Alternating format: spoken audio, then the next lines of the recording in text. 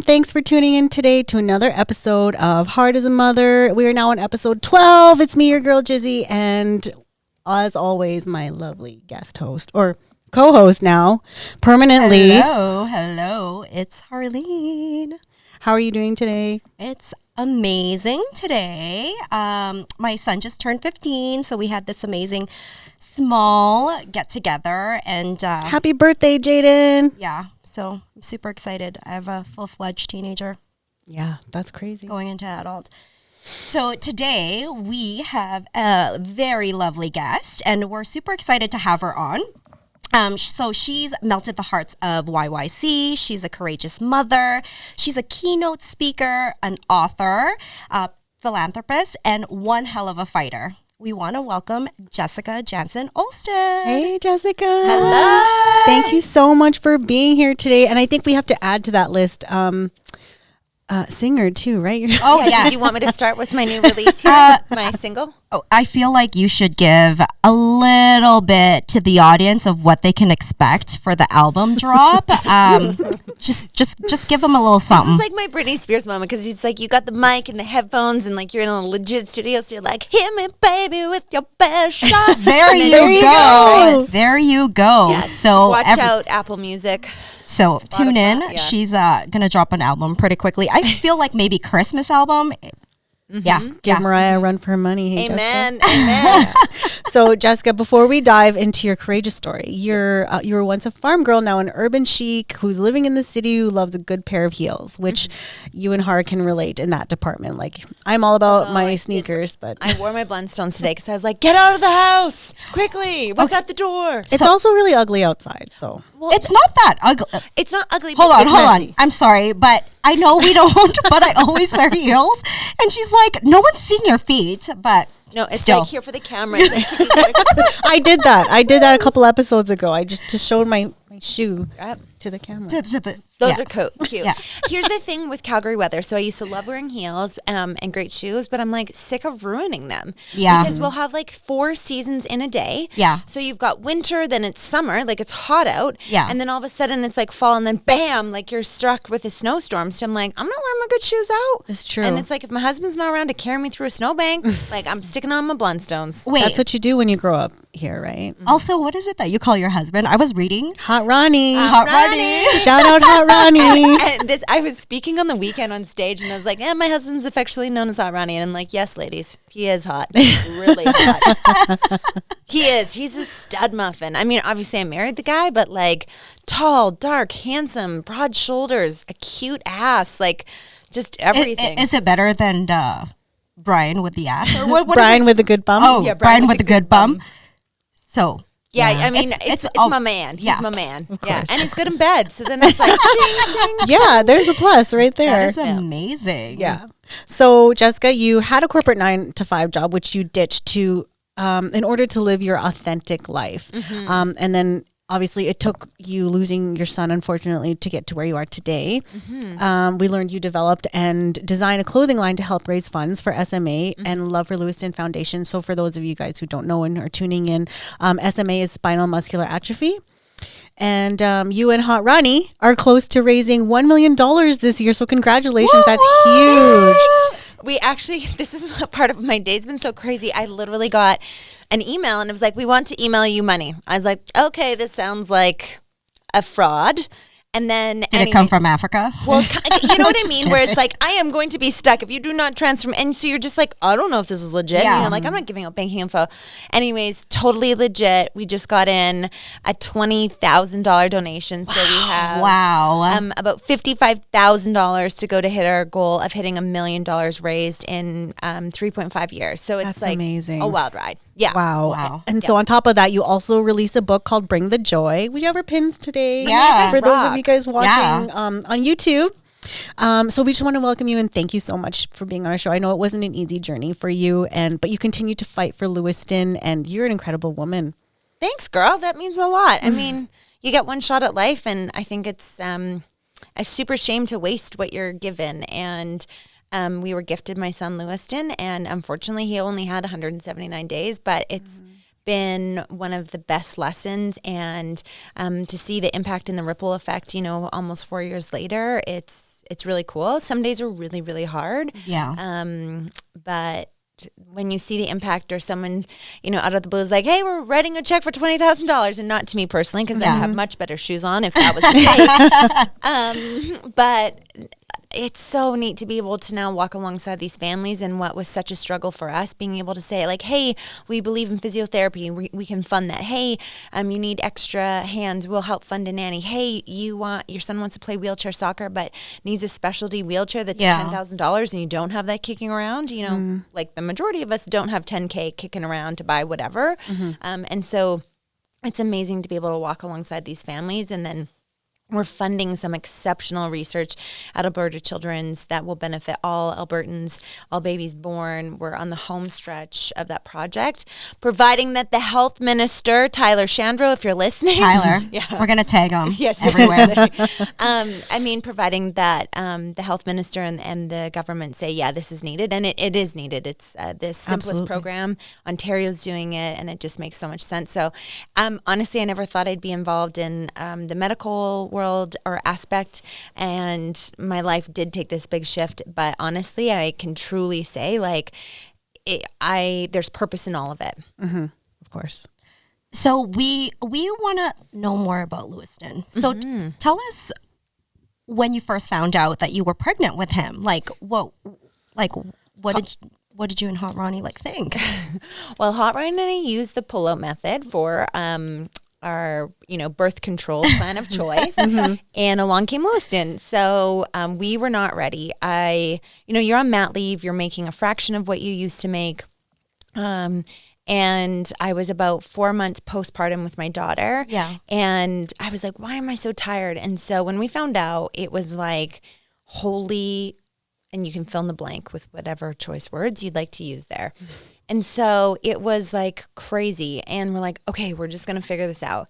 And then the first month or two, you're in newborn bliss. So I had a textbook pregnancy. It was really, really good. I walked into the hospital. I was like, me again, just did this 13 months ago. Here I am. And we walked in at 6:55. I had him at 8:55. They broke my water. Wow. I shit myself. Am I allowed to say that? Yeah, you can. Sorry, I'm pretty sure everybody shits themselves out. Totally. Right? Having a baby. Well, I shit myself in the shower, then I shit one more time as I was trying to get to the bed, and they're like, get in the bed. And I kept pooping, and all of a sudden, it literally was like, I'm like, this is hard. They're like, talking isn't pushing, now push. Gosh. And then there was Lewiston. Yeah. And it was like, that was his birth story. It was like, okay. Well, he came out with a bang. Oh my God. It was so simple. And literally, Ronnie's like, babe, there's playoff hockey, and my team's in the Western final, so if we could get home. And so we literally hey, can we see the doc? We want to sign off. We're ready to go home. And by 6:30 that night, we were at home eating pizza. No way. So textbook everything. And our doctor, go to the 1 week follow-up. We didn't think anything was wrong.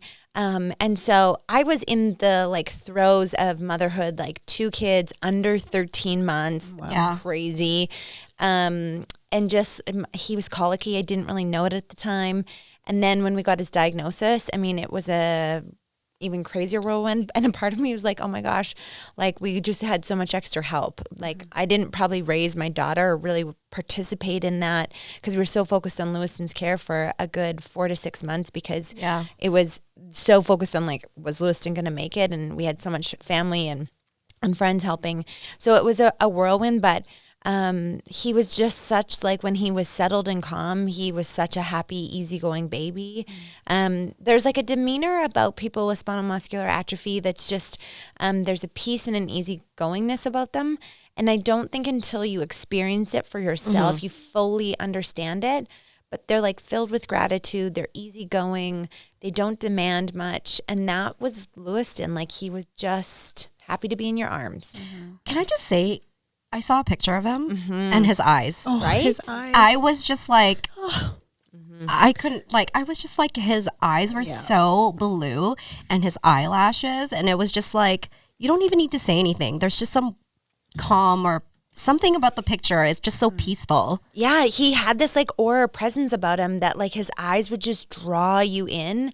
And, the people that got to meet him truly experienced that where they're whoa, something is so different. And so, yeah, it was crazy, but I mean, a kid changed our lives and changed it for the better. And my husband and I often, tell each other, like, we talked about this during COVID. I said, could you imagine our life any other way? Like, could you imagine our life with Lewiston here on earth? We both want that. We both long for that.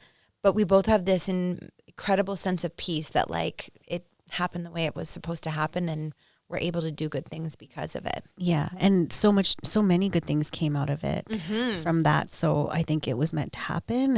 And he's just, all the dance parties and all the joy that you've brought to others who are experiencing SMA, like, they have hope because of you. So, yeah. So how did you know that there was something wrong initially? Like, what made you say, oh, I think something's wrong. Let's get him checked. I didn't actually, which is like the crazy thing. And I'm like, okay, you're sleep deprived, 2 kids. And my daughter was sleeping through the night. She's always been an amazing sleeper. Like at 3 months, I was like, we're sleep training her. And she was like 12 hours, like clockwork. And that was the first sign that something was wrong with me when I was tired. And that's when I found out I was pregnant. I was like, oh, right, I'm making another baby. Okay. And then for Lewiston, he was colicky. He had this really bad rash. We were at a wedding in Panorama, and he had a really bad heat rash or something. It was really weird.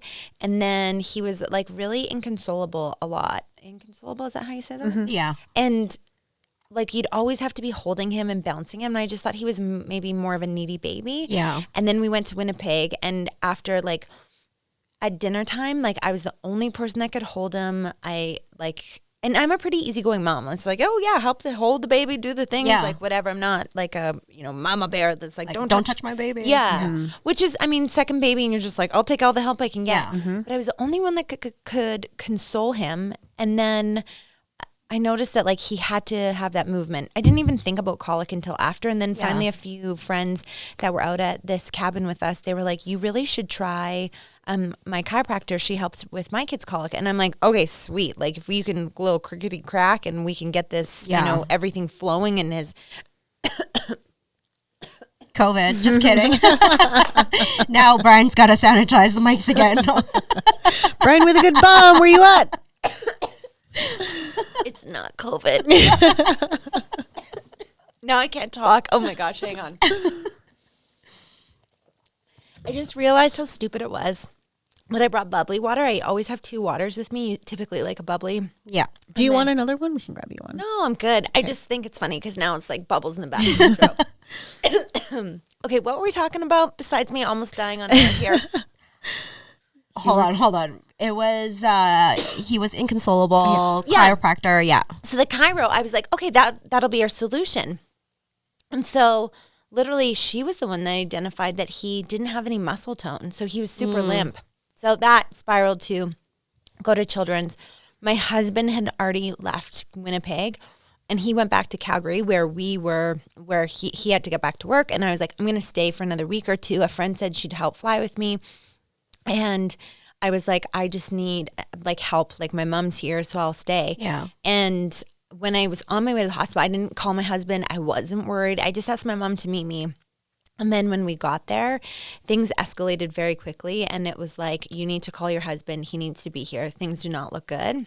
And they literally asked for CT, MRI, neurology, cardiology. Wow. Name a specialty. And they were paging them. And I literally, like, that morning had woken up as, like, nothing was really wrong. Yeah. I was like, okay, he's, like, a little, like, doesn't have muscle tone. It was his labored breathing. But, newborn babies, like, they grunt and they gurr and they have all the weird noises. Yeah. So you just don't think, I didn't think. And I'm almost, like, a very relaxed parent. I mean, my joke now is like, don't worry, I've only killed 1 out of my 3 children. And most people are like, oh, my gosh. So morbid. Yeah. And for me, humor is a way that I work through my grief. Yes. And, it's SMA that obviously took Lewiston's life. But I honestly didn't think that anything was wrong. There wasn't really alarm bells. It was because of this chiropractor visit. And had it not been for her, if Lewiston had fallen asleep with, his head position just ever so slightly, which could have blocked an airway, lots of these children will pass away, during a nap or if they're not positioned properly. And so she truly, I believe, extended his life and gave us more time with him for sure. Wow. And most parents wouldn't even know that was happening because there was no signs or they didn't know. They maybe thought they were just colicky. Did you ever feel like once they diagnosed him, like you were kind of in a denial, like, is this really happening to my family and why us? Well, the part about my story, what's really crazy, I use choice words that rhyme with truck, is that 9 years earlier, I had helped a family and was helping a family. So I met two little kids, Sean and Shania. They were 6 and 4, and they had spinal muscular atrophy. And so for the last 9 years of my life, I had taken them on trips to my parents' farm. I'd babysat them when their parents went away. We'd fundraise money. We bought them accessible bikes that they could ride. And then most recently, 3 weeks before Lewiston's diagnosis, we had just finished fundraising $50,000. Yeah. It was just shy of $50,000 for a wheelchair accessible van. So you've been doing this forever. Well, yeah. So when they told us the diagnosis of the disease SMA, yeah. I was like, okay, like we got this. I'm not that worried because I'm thinking like wheelchair accessible van. I'm thinking like maybe an elevator in our house. So basically everything you did for the other family. Yeah. And I'm like, I've done this once before. So you're like, been there, done that. What then got me was when they said, no, Jessica, it's SMA type 1. They're turning away from diagnosing from types. But basically when Lewiston had his diagnosis, they focused on types. He was type 1, which is the most severe. And you can kind of get diagnosed between, birth and let's call it a year and a half. So this isn't something that you can tell when the baby's in the womb, right? So for my third child, we had a CBS testing. And so you can, but only if you know. So like we didn't know that we were carriers. We had no reason to believe that we would be. 1 in 40 adults are carriers of this genetic gene. And so I happened to marry a carrier. My husband was a carrier, and what's crazy is no one else in our family has it. So I'm just a messed up gene mutation that happened to have it. So that's why there's this extra layer to the story where it's like no one in our family, my dad doesn't have it, my mom doesn't have, no one in our family has like an atrophy type disease or any history of that, and neither in my husband's family. And his mom got tested. His dad had already passed, so we obviously couldn't test him, but his mom didn't have it. Yeah. So we both were spontaneous gene mutations who then happened to marry each other. For sure, Hot Ronnie is like my soulmate, my lover, my best friend, like my partner in crime. He's it. And I was just like, there's no way to deny it. Like, this is just how our story is meant to be. Yeah. And I do feel like I'm living on purpose. Could have dealt without the loss, but loss will shape you, grow you, stretch you. And it's truly, I say this in my book, I've said this in an Instagram post, that in losing Lewiston's life, I truly feel like I found mine. Like he was like the wake up call. And I'm so passionate about people not staying stuck because I'm like, I literally waited for my kid to die. He died, and then I had the courage to be like, you know what, screw it. I'm going to write the book. Screw it. I'm going to go speak on stages and share my story. Screw it. I'm going to go post me with my thick legs, on Instagram. And so it's been such a freeing lesson. It's so freaking hard. This time of year is always really hard. We're almost a month out from his death anniversary, I call it. People call it an angel anniversary. I'm like, no, it's a death anniversary. It's brutal. It sucks. Yeah. And so this time of year can be a roller coaster of emotions for sure. So I kind of want you to share with us because Jessica and I were talking before we started recording, and we have actually probably crossed paths in the spin community. And so I've been following Jessica for a while now, and actually back when Lewiston passed away. So it really, really fucking broke my heart. I was like, oh my God. But so up until now, I know you had posted recently about taking 5 minutes. Right. And being able to just step back from your emotions and hang on for just another 5 minutes. And that really spoke to me as well. So tell us how your process is when these emotions are so overwhelming that you just need to hang on for 5 more minutes. Oh man. I mean, if I'm being totally honest, so we're October, whatever the date is, towards the end of the month. And this has been one of the harder months for me out of the last 4 years of grieving. Honestly, I feel like I sailed through the first year of grief. Like lots of people don't return back to work, don't do stuff. My husband and I went to Hawaii. I came back. I got super spoiled. Somehow I got to travel to a new city every month that year. by the grace of God. And now the grief, especially I think being in COVID, I'm a person that moves and shakes and goes. And so now to be actually having to sit, like I've been able to run from some of the pain. I'll be so honest with that. So when you have to sit in the pain, ugh. And then for me, because my business and what I'm passionate about is joy, but when I'm not joyful, sometimes there's shame and guilt attached to that. So then you're like working through those hard emotions. I mean, I've like Brene Brown, you pay for all the therapy, I've got a life coach. But I watched a sermon from Levi Lesko. You know, I follow his work. His family also lost their daughter, 5 days before Christmas. And just his process, and, he's upright. So I'm like, okay, if they can be upright, I can be upright. And he posted this message about holding on for 5 more minutes. And he gives these incredible stories about holding on for 5 more minutes. And he gives this amazing example as he delivers this message about Billy and Ruth Graham were driving through and they got stopped by construction. Yeah. And often you have to like sit and wait and you're like, oh my God. And as they get through the construction, there's a sign that flips over and it says, thank you for your patience, like end of construction. And Ruth Graham, the story goes to say, she's like, I want that on my tombstone. And so this 5 more minutes thing is like, we're all just under construction.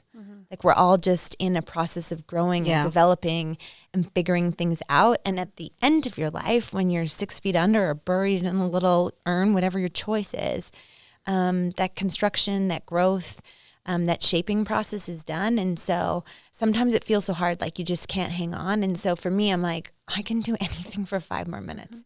I can hang on for 5 more minutes. I can spin on my bike for 5 more minutes.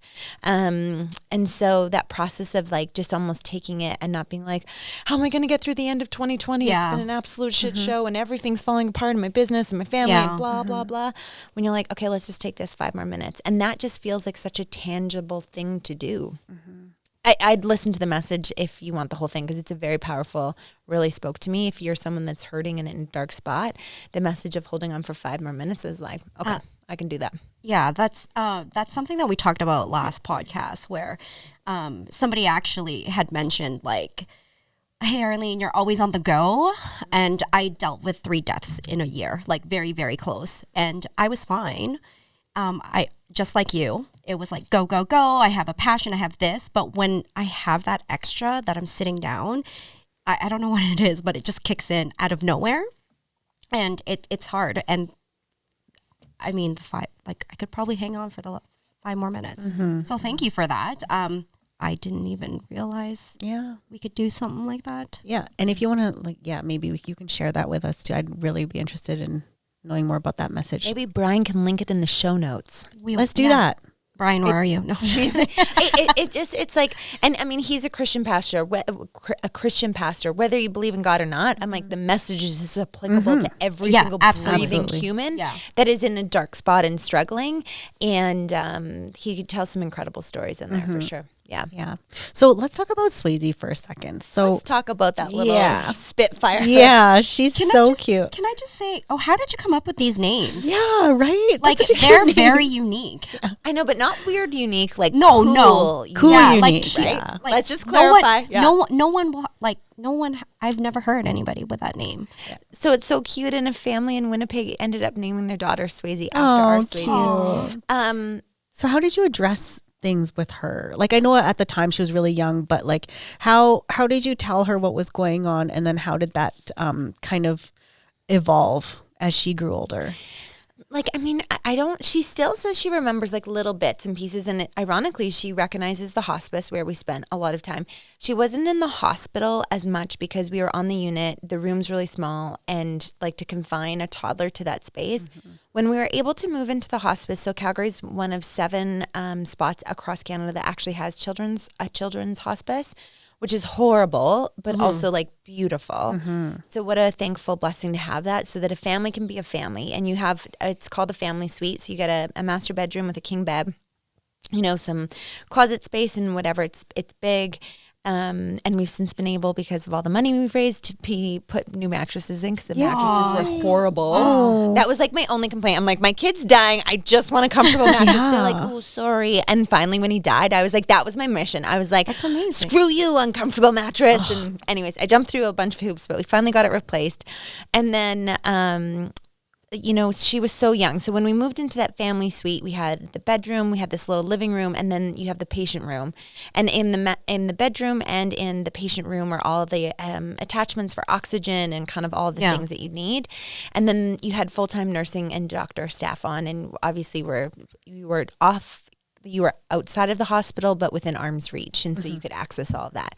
So all that being said, you know, it was just open conversations. Like, Lewiston was sick.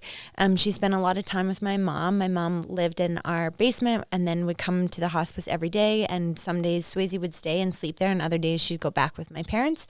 And what's really cool now is like, she's 5. Yeah. And we have lots of stuff of Lewiston in our house because we run the foundation out of our home. And so there's pictures of him everywhere.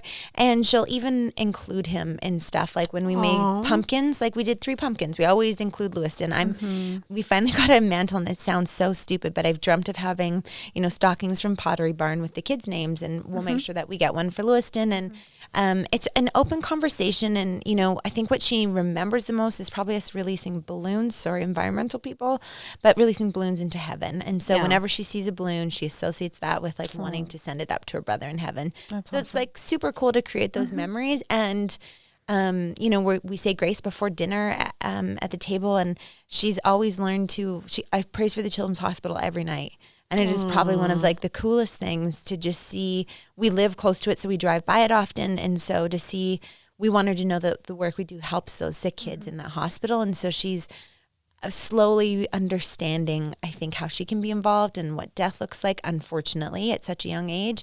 And, you know, she also, I mean, we're like, Boo, the dog, my mother-in-law's dog is up in heaven. And so we're like, Grandpa Jimmy's up in heaven. And you just have to have those open, regular conversations with them. Yeah. And that's probably like the good news is it's going to shape her into being such a compassionate person and know that, you know, like kindness is like a thing that this world needs more of. And she's learned that from a very, very young age. So that's good. Yeah. Does she ever ask questions still? Not a ton.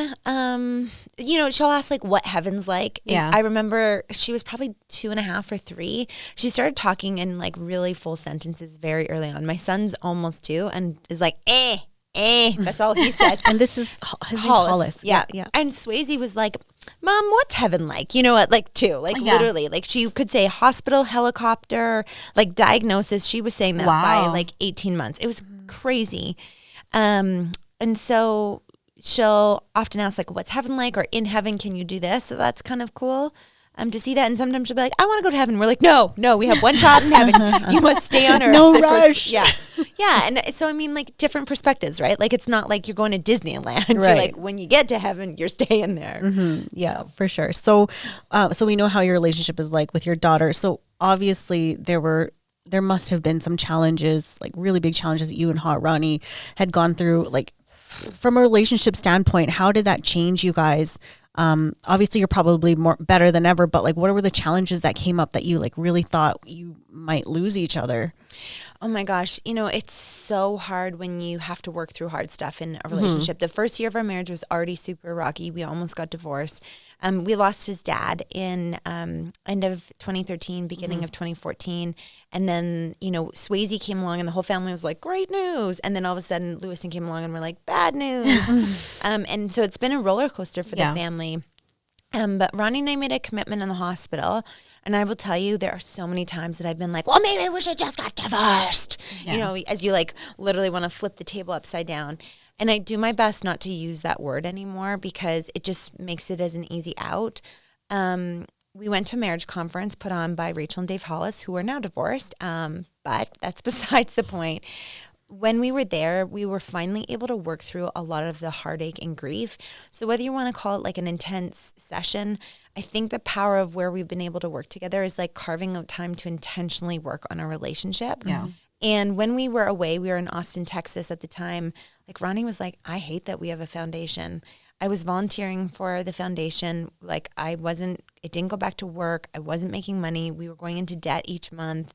And then I was gone from home all the time because I'm like, hey, I have another event. They're going to raise $500 for us. Hey, I have another event. They're putting on a silent auction for us. Hey, like someone needs me to come. And so I was gone all the time. So Ronnie would work and he would get home and I'd be gone.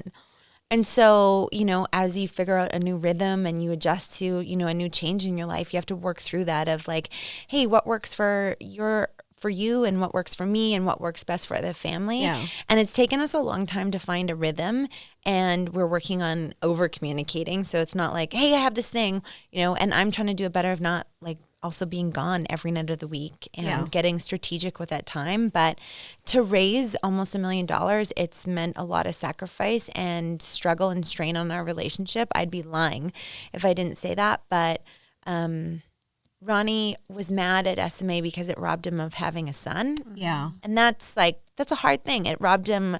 Like, we had this cool little family unit. Our kids were going to be close together. As crazy as it was, we're like, okay, let's look at all the positives. And then it just ripped us apart. And so it's taken a lot of intentionality. It's taken a lot of work. Also, I think he's just a saint. He's like a loyalist and he's really stubborn. And so as much as like sometimes I'd probably throw in the towel before he would, he's just like, no.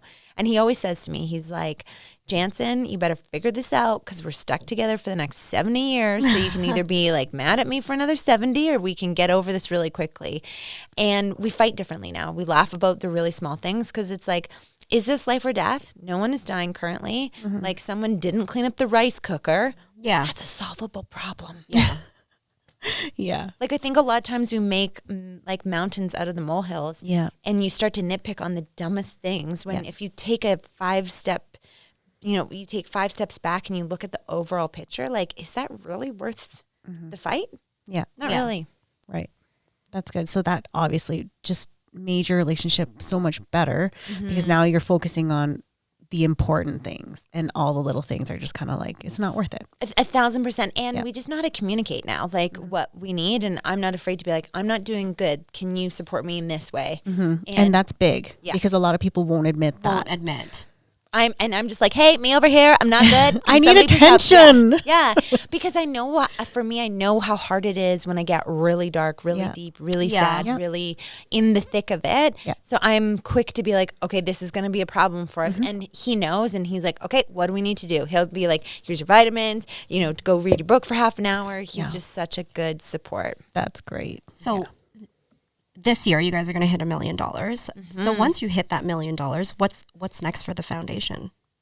I'm going to take a nap. I'm going to hide into a hole and turn my phone off. And nobody bug Jessica. Yeah.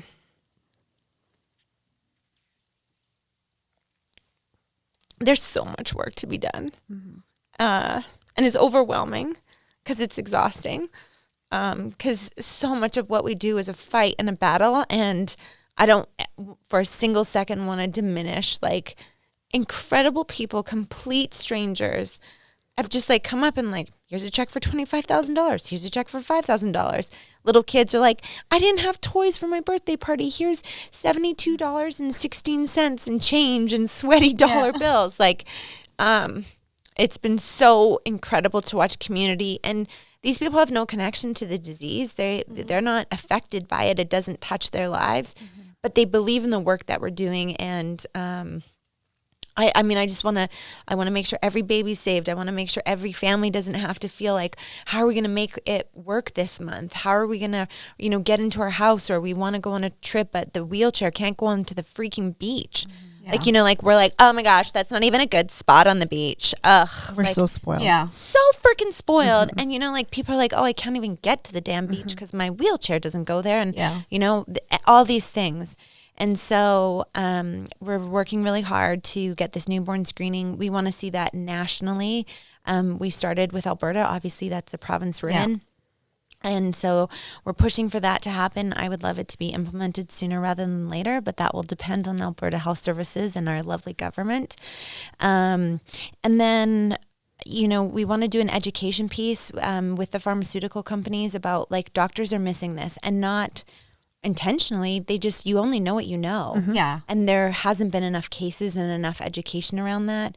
And our goal is always to help ease the burden off families. Like Ronnie and I, we never got to bring Lewiston back home when he left the hospice, or when we went into the hospital. Yeah. We never got to bring him home. So we went from the hospital to the hospice, and that was it, because we couldn't access funding or care. And for home. yeah. So like he needed 24-hour attention, and like, then what do you do? Like, okay, Ronnie, you take nights, I take days, you take nights, and you don't work ever. Like Ronnie still kind of, had to work. His business partners were nothing short of phenomenal. And so I just want to make sure that we can ease that burden for families when they need care or help. Yeah. And unfortunately, a lot of times the decision makers that fund that typically, I don't think are making the best decisions for the patients. And so the goal has always been to help families. And so we want to help them choose movement, bring joy, and spread love. Yeah. And the joy piece is really big. We're working on a really cool Christmas project so families can register for holiday boxes, because there's been a ton of attention on the babies that are battling SMA. Jillian Harris got behind it, and all these influencers started posting. But in the mix of that, people have gotten lost, and that's the teens and the young adults. And so there's still so much work to do. And, I believe a cure will happen one day in our lifetime. I want to build a wing at the hospital because I found out that this fourth wing was supposed to be built, but that's like about $1 bajillion. And I'm like, first I'm going to take a nap. Well, we're going to manifest it, and you're going to get there. Yeah. We're going to get your fourth wing. It's going to be called the Jessica wing. No, it's going to be called the Lewiston wing. Yeah. You know what? It's going to happen because... okay, let's just be honest. People can't fucking save money for $10,000 on their own bank account. Yeah. You have managed to raise $1 million. Almost. And I will say I'm good at getting the money. It's our board that has been good at being conscious of where it goes and how it gets spent and being responsible of that. Kudos to Jason Sarankowicz, Marie Sang, Justine Morrow, Shaylin Taylor, and my husband, and a few others that have come on and off the board. But without those key people, we wouldn't be where we are today. For sure. And let's go back to the newborn screening program that you're trying to implement. How I read about that, and you want to have SMA screening for all babies at the newborn stage. So what's the process on that, or what's the status on that? How far along have you guys gotten in that regard? We're far along. Like literally, I don't know how much I can say on here. Let me say this: we're close. And Minister Strandro, if you're listening to this podcast, I need a meeting with you, and I need you to say, yes, this makes sense for all Albertans. That's how close we are. I mean, I'm learning lots, but if you have a baby in a hospital or you go to your public health nurse afterwards, your baby gets a heel prick within the 24 to 72 hour time frame. Yeah. And then they test those dry blood spots for, here in the province of Alberta, it's 21 different diseases. So CF, Downs, SCID is one of the newest ones that just came on to the panel. And we want this disease to be added because literally they can then access treatment days after the baby's born, which could be life-saving and change the trajectory for any family. And we didn't have that for Lewiston. So the lab has made great strides. Unfortunately, 2020 has presented lots of challenges. One of them being that we do COVID testing now, which means the lab is bogged down. For sure. Like I can't even imagine how many tests we're pumping through that have derailed our project a little bit, but I'm like, squeaky wheel gets a grease. So we just keep going. So say I wanted to get a screening and say I was pregnant. Please give me a child. I don't need a guy, but just give me a child. I do want another baby. Obviously, you have to pay for it if I wanted it right now, currently. Pre-COVID, if I ask for the screening, it's covered. So it's covered? If you have a pre-existing condition, which is what I had, we were able to get CVS, and that was covered by our healthcare, amazingly so. Now, let's say you have the baby, you could ask your doctor, and you wouldn't have to pay for that, but they'd probably ask a lot of questions. Like, they don't just draw blood. Yeah. And out of infants, you're not like, you need so much blood to be able to draw this. The cool thing about newborn screening is they're saying we can literally do it from a dry blood spot. So like you're not needing, like when we tested Lewiston at first, they drew like 6 mLs, and for a little infant, like that's a lot. You can't even, like, they're like, you're done. You can't draw blood for another, 24 hours or whatever it is. And I'm not a medical expert, so if I'm saying this wrong and you're a doctor, don't be offended. This is just my crash course in all genetics SMA things. But you can get tested, but it should be covered if there was suspicion of, that your baby would have it. If you're just like wanting to just go do it, I don't know how that would work. I haven't had to approach that yet. So besides the Lewiston Foundation and the events that you put on, you also have Ride the Roof every year and the Lewiston Ultra. So tell us a little bit more about that, because I'm sure everyone listening wants to probably get involved. Yeah, I want to get onto that roof. I know, right? How cool is that? It is so cool. And like having not being able to do it this year, we were just like, Yeah. So, and I mean, I'm not able to happen without YYC Cycle and Michael Bernard Fitzgerald, who we all come together and bring a unique element and aspect to it. So we do Lewiston's birthday party, which is so fun. We do confetti cannons, and my husband's in a Speedo, so he's on you can have him for a night. So we do that. Then we do Ride the Roof, which is on top of the rooftop of the Marriott. They've been an incredible partner. They give us that space for free. And then we work together with YYC and MBF and host this epic event. We typically do 3 rides, live DJ, instructors, like smoke guns. It's incredible.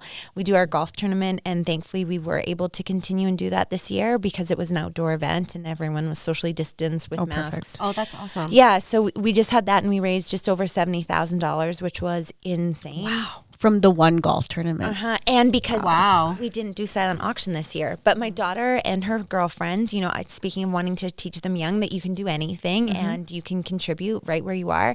We did a lemonade stand in partnership with my girlfriend, Heather. She lost her daughter to cancer, and they started this little lemonade stand. And the kids raised $2,027.65. Wow. And and they Swayze were 5. spearheaded this? She's 5. Well, I mean, I told them, I'm like, Swayze, you're doing a lemonade stand. But then you say, why? I was like, we're healthy. So we have the opportunity to help sick kids. So these little girls were at the stand. They'd be like, 2, 4, 6, 8, come to us to donate. And then the golfers would come up and they'd be like, we like brown ones and we like red ones. And I was like, what? And then I'm like, oh my gosh, they're asking for $50 and $100 bills. The people, awesome. The people were paying for, I mean, I want to say majority of them were guys. There was some girls there, but this one group of young guys, they paid $400 for lemonade. And the glasses were like 6-ounce glasses. It wasn't even that good. Oh, wow. So that's super cool. And then the Lewiston Ultra is not an event put on by our foundation. It's put on a good friend of ours, Kara Lineweber. She is an ultra marathon runner, massively involved in our community, a huge player. And then she runs it out on the Shuswaps. It was supposed to be run out in Kananaskis this year, but obviously COVID happened. And then we have these amazing partnerships with local companies that have said, hey, we're going to do a beer, or hey, we're going to do a percentage of sales, or hey, we can come alongside. And we want to partner with you guys. And so we've just been really fortunate. The community here in Calgary, and even, we've had other cities get involved. They just care and they believe in what we're doing. And so we're so thankful for that. That's awesome. So the book, what can we expect from this book? Laugh, cry, spelling errors, and a little bit of grammar. So the realness. Yeah. You know what? I said we got it back, and then we had to shift something, and there's a line, like one single sentence missing.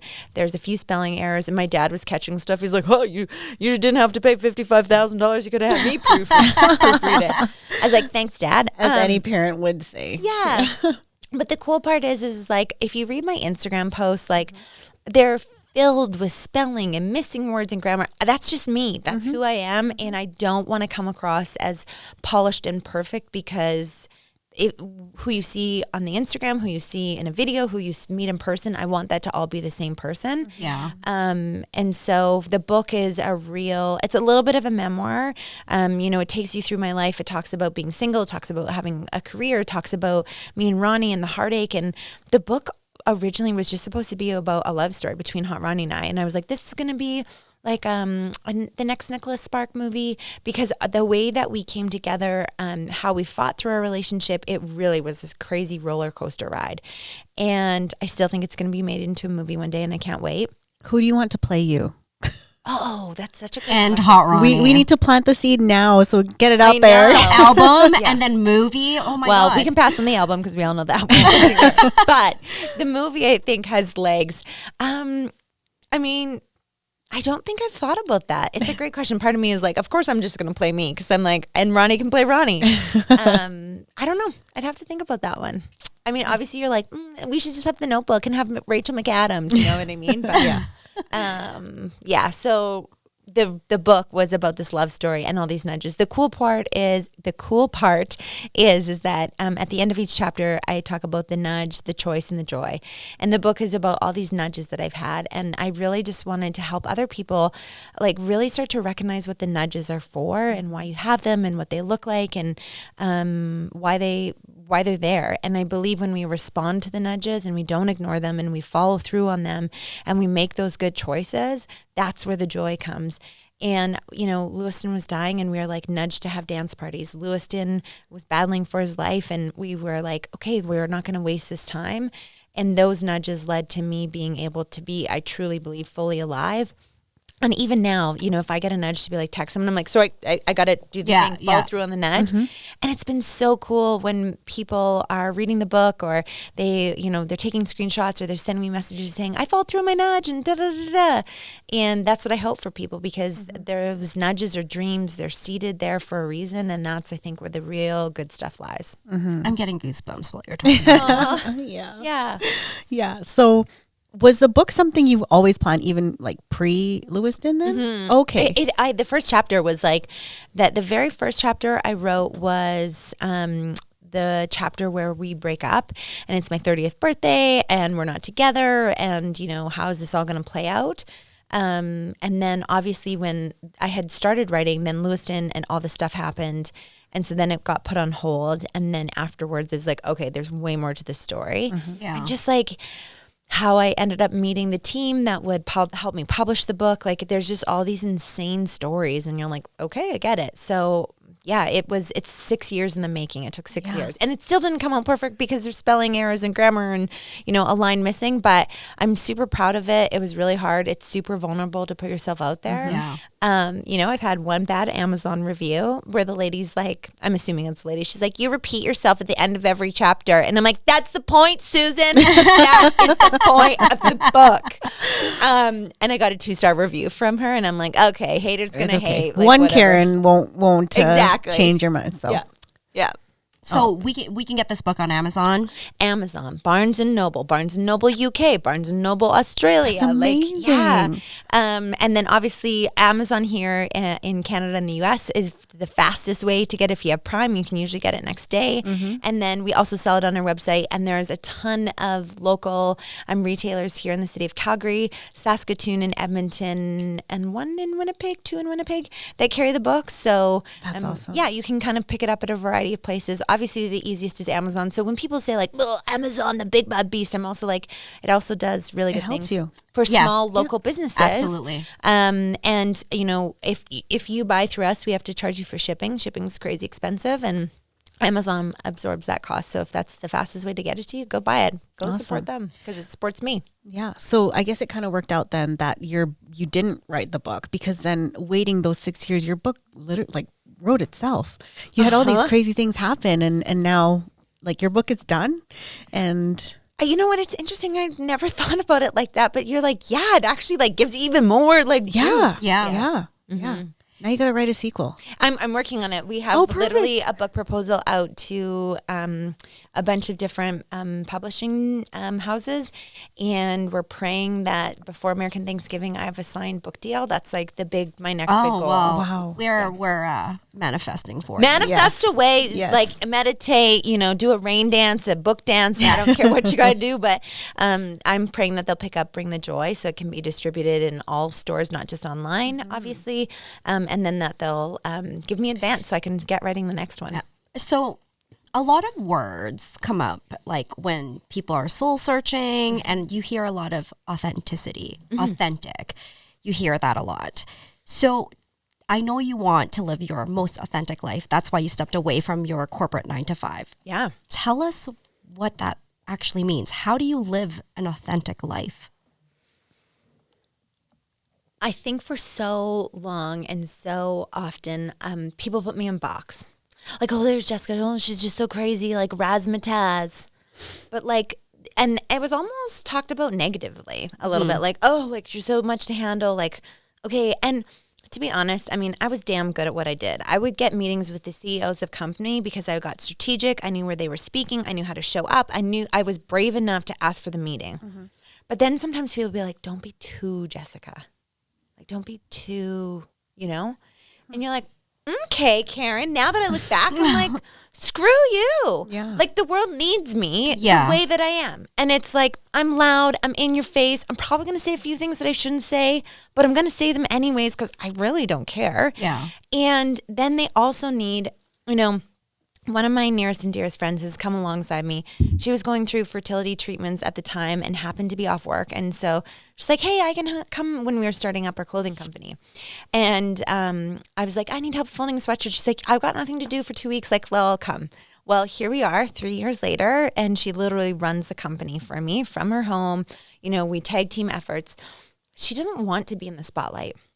That's not her. That's not authentic to her. For her, she's quiet.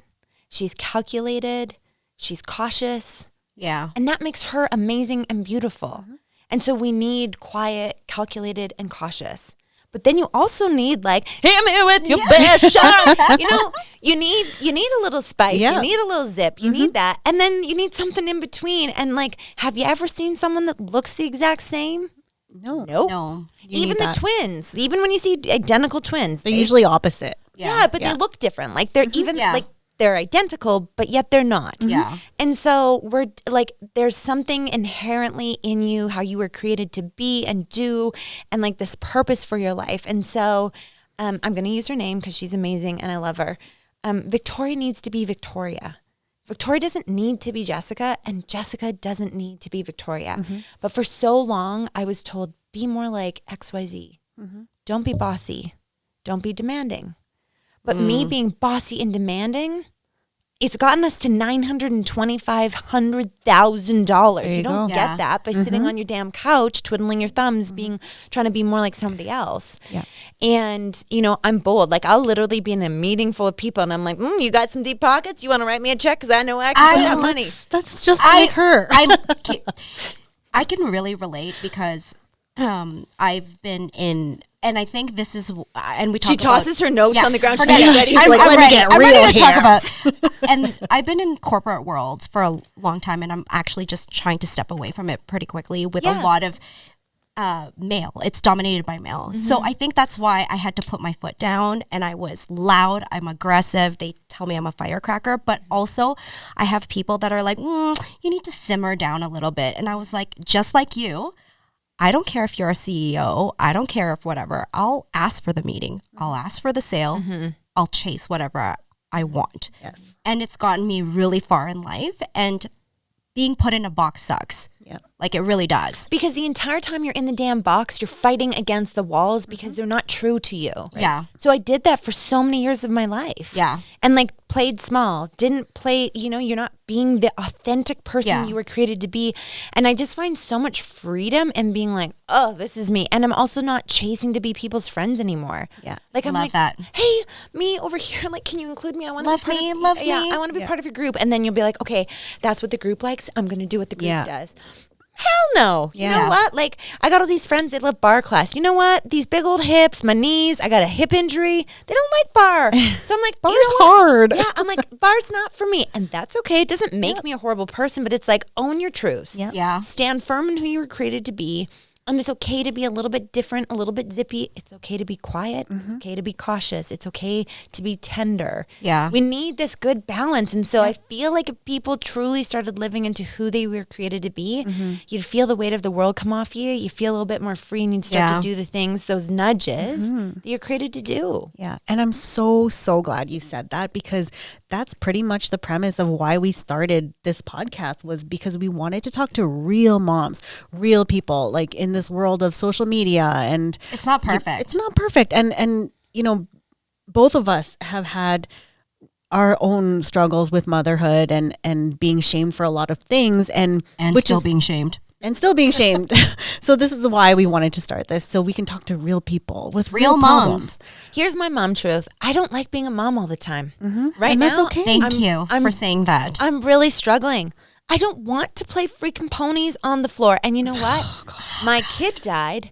So I have this extra layer of like, you should appreciate the moments. And so then I have this guilt associated with it, because it's like, I don't want to fucking play on the floor or whatever it is. Yeah. And, my kid's like destroying the house, and I'm like, I just want a nice home. Like, I've worked so hard to have this like place, and I'm like, the kids. And some nights I look forward to putting them to bed 15 minutes earlier so I can have a hot second to myself.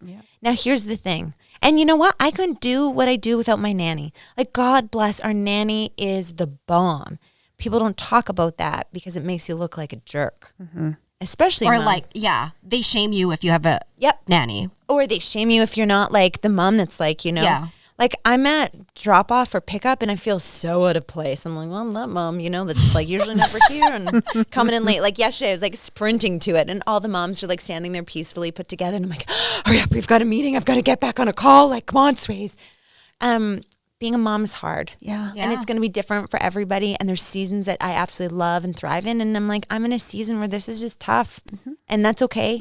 And I hope more people speak that, because I think we have to just be like, motherhood is perfect and my children are blessing. My kids are the bomb. They're so fun. But I find it really hard now. It is hard. And especially for you, right? And the thing we were talking about before was that like we need to spread the word that it's okay to not be okay and not be shamed for that. And it's okay to say, I don't want to be a fucking mom today. Yeah. Like, I feel like momming. Like, there's days where I'm like, I just need to be Harleen for just a second and take a bath or whatever it is I need to do. Yeah, or have 5 hot seconds. And I've had this lesson, and so I know that even when it's hard, I want to appreciate the moments. Like when my kids are screaming and tearing apart my house. I mean, my check back in reality is there's a mom sitting in the Alberta Children's Hospital that would give anything to have her house look like a fucking disaster and to have 5 minutes to play ponies on the floor. So it's a quick check-in, but I'm also learning to let go of the guilt that like, it's okay that it's not like my be-all, end-all. Yeah. But that check back in that I do appreciate, and I'm so grateful for those moments, because my situation could be a lot different, and I lived in those shoes where I was like, all I want is a messy house and to be able to clean it. Like I remember being like, I just want to cook my own food and have a dishwasher and a counter to clean, and I'm not, you know what I mean? Yeah. So it's a roller coaster of emotions. It's all of the things, and it's not easy. No, it's not really. And I need to remind myself about that too, because everything you were saying was kind of just like building up emotion for me, because I struggle with that all the time, is the guilt of everything. And you know, it's funny because every time I was telling Harleen that every time my parents come over, I know what they're going to do. So the minute my mom walks up, I'm like, Mom's going to look at my garden. She looks at my garden. They come into the house. I'm like, Dad's going to look outside because he wants to see what we've done with the garden. If we're keeping it up or whatever, he looks outside. And in my mind, I'm just like, I know what they're thinking. Like, you know, the house is a mess. The backyard's not done. The garden is dying. And I'm just like, I can only do so much, right? And then I go cry because I'm never going to be good enough. Well, she messages me. She's like, I know they're judging me. I was like, how the hell do you know they're judging you? And then I realized, I was like, they probably are, because my mom does that. But I shut like my mom down real fast, because every time she chirps, and then I get the like feisty Harleen, and she'll be like, I was like, I already know. I know in the back of my mind there's shit that I haven't done. You don't need to remind me, because so I'm so glad you said that. Because my thoughts remind me 24/7. Yeah. So you don't need to. The guilt is already We there. have 60,000 thoughts a day. Yeah. It's exhausting just thinking about that. And then my husband's like, well, you probably have 100,000 thoughts going through your head because you're crazy in like a good way. But I mean, why be that much harder on ourselves? Because then you just get stuck in like the shame or the guilt or the frustration of it. And I think when you can just own that, and it's like, I'm working through this with my life coach right now. Shout out to Heather. You're amazing. But it's like, this circumstance is neutral. It's my thought that I can control, because the thought like leads to the feeling, and the feeling leads to the action and the result. So like, okay, you know, today I'm not in it being a mom. That's okay. I'm good with that. Yeah. Because I know tomorrow I can like dust off and be the mom that will play on the floor and play ponies. Do the things. Right. So we're almost out of time, Jessica. So I want to thank you so much. Yeah. It's just, you know what? You coming on here and then seeing what we see on Instagram, you are like just like us. You're a real, authentic mom. And we can't wait till that foundation hits that $1 million marker. We're rooting for you. Yeah. So before we take off, if Lewiston was here today, Yeah. what would you say to him? I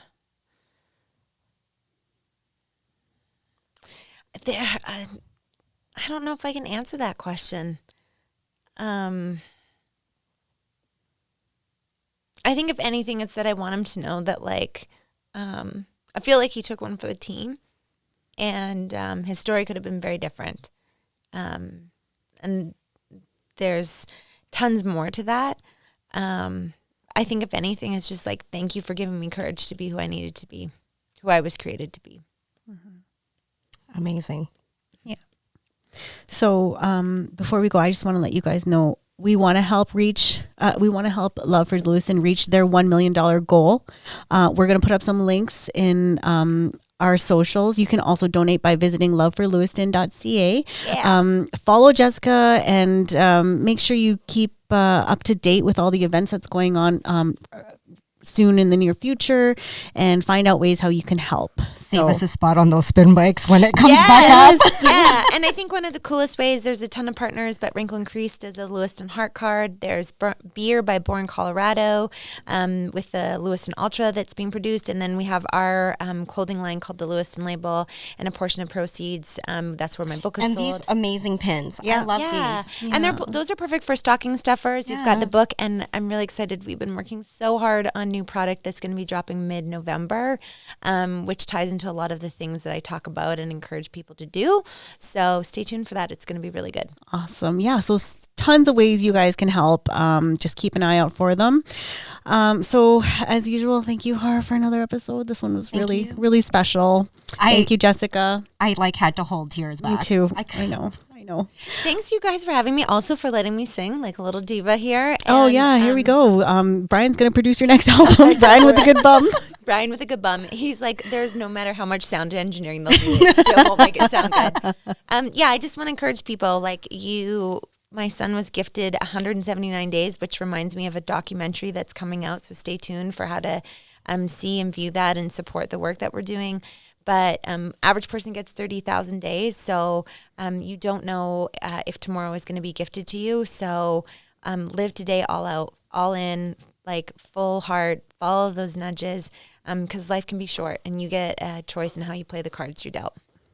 Amazing. Yeah, that's such a good message. Thank you so much, Jessica. Thank you, Jessica. So as usual, wash your hands, wear your masks, and as I always say, love yourself even on the hardest days. Oh, amen. I love that. Bye, everybody. Bye.